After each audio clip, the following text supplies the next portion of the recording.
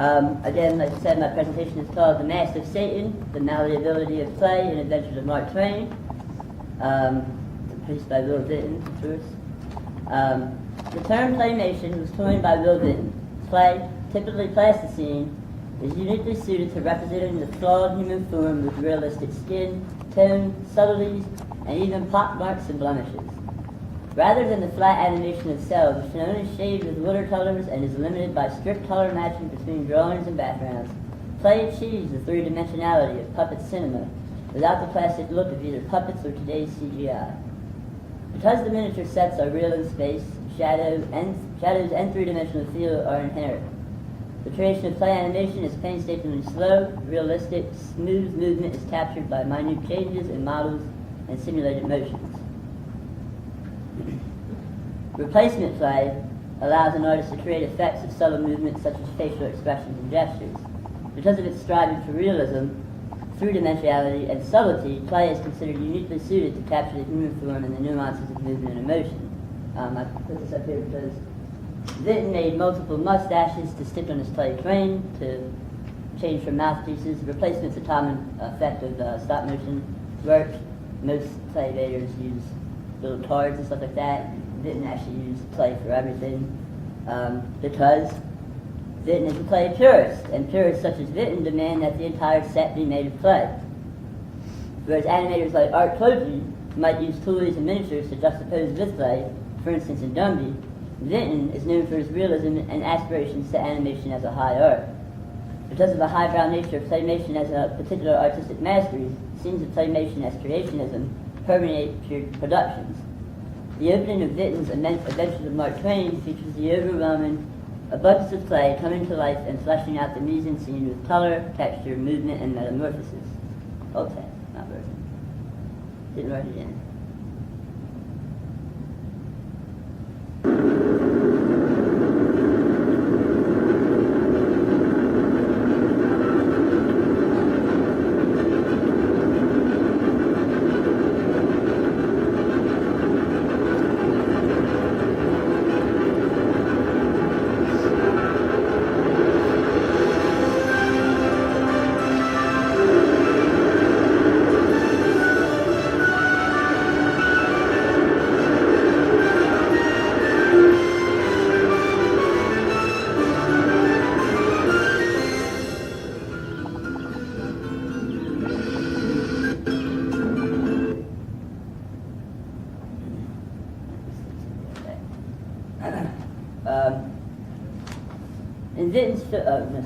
This emphasizes the power of the animator to create illusion and give the divine breath of life to clay, creating the world in the same way that Disney in his endeavors highlighted the role of dreams and Mickey's magic as symbols for his own American dreams of the world of Walt Disney.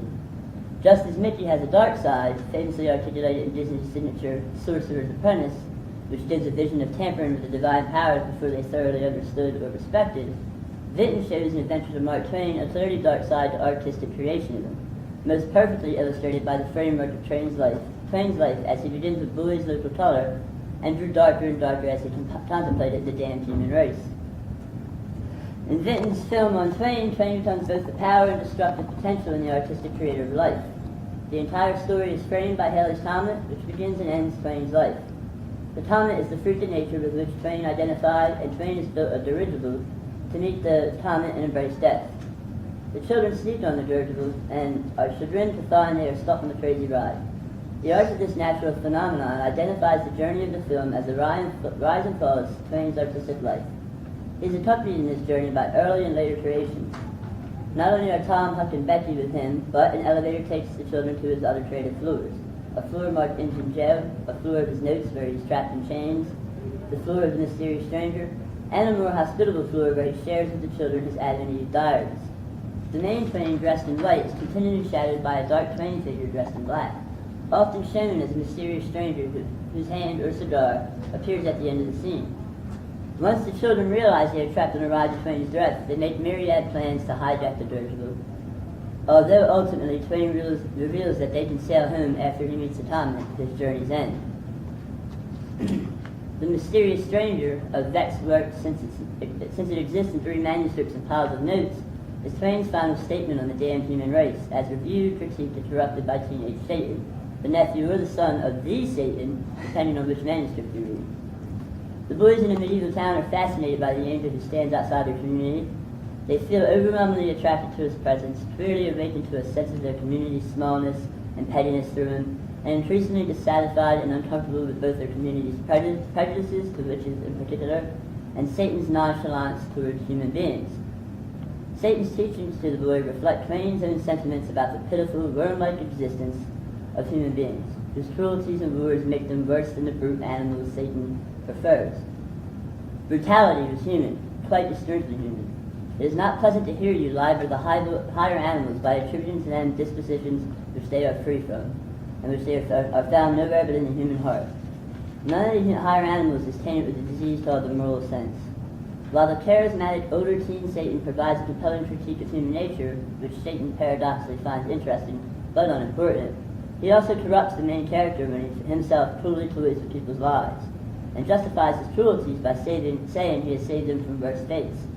His antics include producing wealth for destitute people, who then suffer the consequences of being accused thieves, promising to give happiness by rendering insanity because he claims only insane people are happy, granting instant death to people who have been infirm, he claims, who would have been infirm, he claims, and providing endless food for people, which seems timed until they are subsequently shunned as witches. He is also not above sexual exploits, attracting the attention of young women and causing irreparable pain and grief wherever he goes, all the while attacking human beings for their moral sense, to which he claims immunity, because the moral sense enables extreme cruelty, masked as morality. Although the Satan figure is not always named Satan across the manuscripts, Vinton has a mysterious stranger introduce himself as Satan, not Satan's nephew or son, and he equates Satan with the fall in the Adam and Eve sequence, which Becky has solicited while eating apples herself.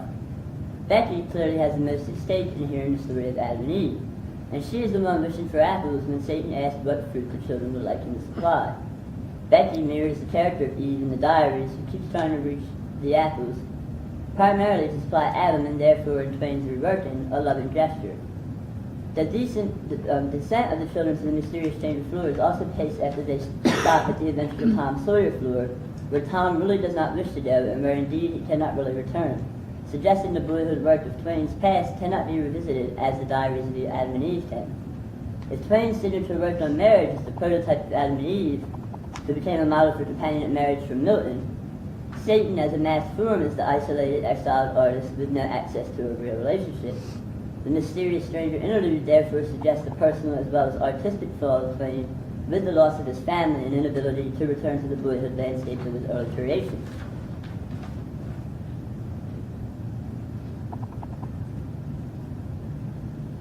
Only earthly certainty is living.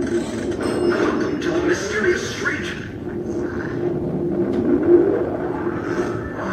Hello. Who are you? An angel. What's your name? Satan. Uh-oh. What's the matter? Nothing. I mean, it's sure a sorry name for an angel. Please, come in. Come on.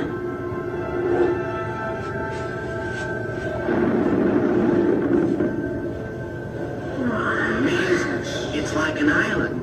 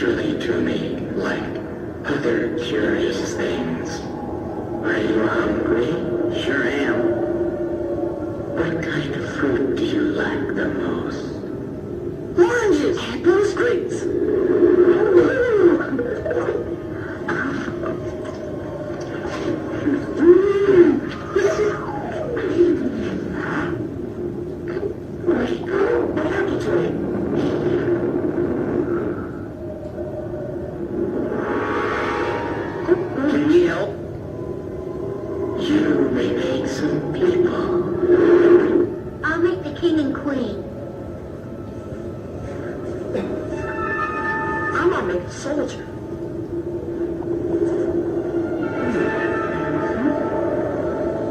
Look at that little village.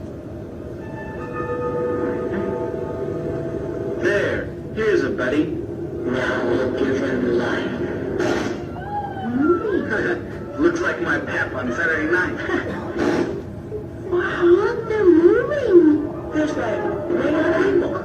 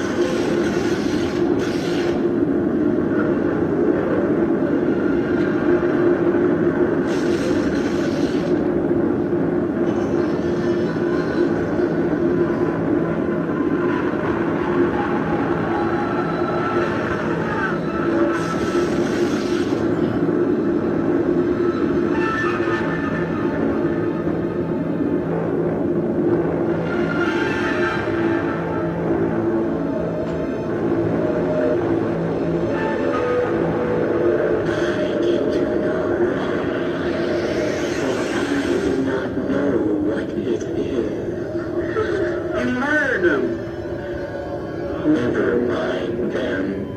People are of no value. We could make more sometime if we need them.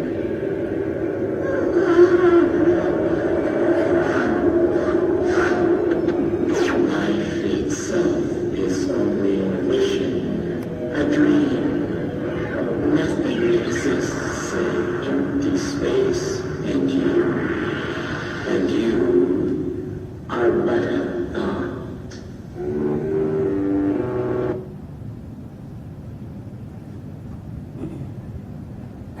Vinton's play Satan is represented by a mask held in the hand and therefore reminiscent of theater iconography. His voice is made by a double echo so that the result is both otherworldly and uncanny, yet tentative in tone as if hoping to make friends with the children and carry out what they might like to do, such as play with clay. Yet as his white mask shifts with varying expression, it is made to look like Twain at key moments. Since there is no face behind the mask, the suggestion of the dark arts is pure artifice, without truth, emerges. The three children get off the elevator and learn his name. Tellingly, Twain does not get out of the elevator, as if the journey to darkness is one and one the children can make, and as if Twain cannot cross the threshold. Presumably because Satan is the anti-white Twain, the dark theatrical mask of humanity. Then Satan is at once a figure of divine creation and destruction. Immediately creates a colorful world from a floating island, highly reminiscent of the early scene in the film, which showcases the creationism of play as divine wonder. Of course, the continual motion of the mask with its varying emotions and alterations, from resemblance to Twain to blankness to fury, suggests the equation of play with the mask of metamorphosis, the epitome of animation's pure principle. This equation of Satan with the artistic creator, Twain, is ultimately apparent when he invites the children to create small play people with him. He gives each of the three children a different colored ball of clay to mold a small world. Not only does this gesture situate artistic creationism in terms of Twain's life as well as Vinton's artistry, but also in play theory and childhood. Childhood is inherently connected to artistry because of its propensity to play, and therefore rivals the divine. But play is paradoxical, as play theorists have said, and as Twain has developed in his boys' fiction, where play is a wonderful harbinger of imagination and a way to hurt others. For example, Tom's sport with Jim. In Vinton's film and in Twain's first manuscript, Playing with Play defines Satan's creative initiation of the children into the divine status of play art. The main feature of Vinton's adaptation is Satan's creation of the model play world, rendered in Twain's first manuscript as the moment of initiation into Satan's immoral stance. Vinton's children are aware of the risk of playing with Satan. Huck says, "Uh-oh," upon learning Satan's name. The children contribute to the creation of Satan's world, and Satan burns the creations to life, simulating a feudal world when Becky contributes the king and queen and an animal. Her latter creation is, however, the flaw, because property dispute destroys harmony in industry, plus the inclusion of the farm animal precedes the conflict between Cain and Abel of shepherds and what do they call it? Farmers, sorry. Two small play people begin arguing over the animal, and Satan becomes increasingly annoyed at the chaos, pettiness, selfishness, and greediness of his play creation. He crushes his play disputers, after which the turmoil immediately shifts to wailing and funeral grief, demonstrating the rise of civilization and culture, which is marking the dead, from the primal emotions of a childlike drive for the animal. The point of the play world is to exaggerate what occurs in the leading sequence: the wish of the children for fruit, Becky's connection to apples, and the desire of the children to play with clay and participate in the creation of life. They have enjoyed and been impressed by him, and their very pleasure makes them uncomfortable as Satan demonstrates the fine line between pleasure and pain when one accepts responsibility for creation. The funeral scene among the small play people demonstrates the Dublin motif, which is the running theme of Vinton's work on artistry as a double vision of creation and destruction, good and evil, visionary and regressive, evolutionary yet primitive. The play forms that suffer Satan's wrath lack individuality and display pure emotion in form and expression, all the more pitiful because they are so primitive looking. At the mercy of the divine regard for them as mere playthings, they are victimized and crushed as Satan entertains the children with an earthquake and mass destruction. Just as play so beautifully and smoothly creates the world, the play creator quickly and efficiently wipes it out. It is a familiar story of Genesis, as man is made in the image of God, but as humanity makes him a continual blight to the Creator's vision, and therefore the story of creation becomes a story of trying to wipe out the world and start anew. Satan's announcement that he will make an earthquake for them now is only his interpretation of what the children might like to do and see, what might impress them and make them stay. In some sense, it is a paradoxical touring of... where's that? I just lost it. Child by the mass juggler, suggesting that violence often does indeed entertain children. Vinton's demonstration of the children's contribution to Satan's evil play is invariably his view of human nature's play, as easily enticed into the fall. The children do not really fall because they do not destroy, but as such, Satan suggests a future state in which dark will rule over light. Becky's particular contribution with the animal is similar to her wish for apples, and she indeed loves apples, as does Eve in Twain's Diaries of Adam and Eve, the story of which resumes after the Satan's episode. The point, however, is doubling between the stories, for Adam does not know any better to eat the apples, just as Satan does not seem to know any better than to use playful showmanship. Ultimately, in Milton, Twain, and Vinton, man and the fallen angel are doubles, and the light smoking Twain who stays in the elevator is strongly reminiscent of the God who watches his children interact rather passively and refuses to interfere since we are all feeling free. Vinton makes it clear that Satan is Dark Twain at the end of the film, and Light Twain fuses with Haley's comment. He puts the line of Satan at the end of Manuscript 3. This ending was spliced with Manuscript 1 in the edition released by Albert Bigelow Payne in 1916. While Vinton's Satan gives his famous speech after the children leave him in hell, Twain himself voices Satan's famous line about laughter. For your race, in its poverty, has unquestionably one really effective weapon: laughter. Power, money, persuasion, supplication, persecution, these two lift it a colossal humbug, push it a little, crowd it a little, weaken it a little, century by century. But only laughter can blow it to rags and atoms at a blast. Against the assault of laughter, nothing can stand. It is this line that Vinton uses to close the Twain's journey, absorbed as a large face in Haley's comet, a face reminiscent of the mysterious stranger's mask. The comet Twain prophesies the ongoing centrality of the laughter, the exiled laughter, and the mask of Satan bear striking similarities, even as the children find home and find grace, at least temporarily.